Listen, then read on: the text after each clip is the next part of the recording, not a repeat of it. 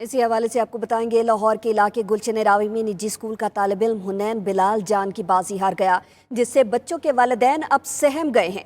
कहते हैं कि बच्चों को स्कूल भिजवाने से अब डर लगता है। उनका मजीद क्या कहना था, ये जानते हैं हमारी नुमाइंदा दुआ मिर्जा से। दुआ, क्या कहना है वालिदैन का पुरतशद्दुद वाक़यात स्कूल्स में होने के बाद?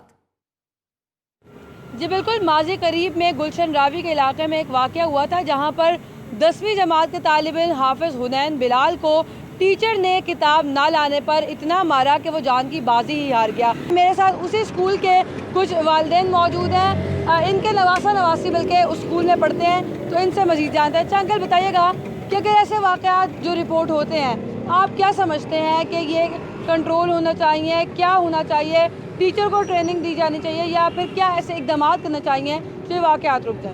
पहले तो ये है कि ये जो वाक़या हुआ है इससे हमारा दिल रो रहा है हमारा कि वो बच्चा हमारा नहीं था, मगर वो बच्चा तो है। 16 साल का बच्चा जवान, जिस माँ बाप का बहुत है, उसका क्या हाल होगा।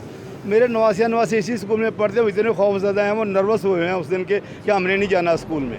तो मेरा जो पोतरा है वो भी 12-13 साल का, वो भी रो रहा था कि दादू ये क्या हो गया। ये जो मास्टर साहबान आते हैं, इनकी पहले इनकी तरबियत करें कि इन्होंने कैसे पढ़ाना है बच्चों को। मैं तो कहूँगी जिस तरह बच्चे को मारा उसी तरह टीचर को भी मारें। जैसे उसके बाल पकड़ के उसने दीवार में मारा है ना, इसी तरह उसको भी दीवार में मारे। जी बिल्कुल, तमाम लोग इस वक्त तैश में हैं, गुस्से की हालत में। उनका यही कहना है कि असातिज़ा की पहले ट्रेनिंग करें, पहले असातिज़ा को बताएं कि बच्चों को कैसे पढ़ाना है ताकि उनको शऊर आए और फिर वो आगे तरबियत जो है वो मुंतकिल करते जाएं।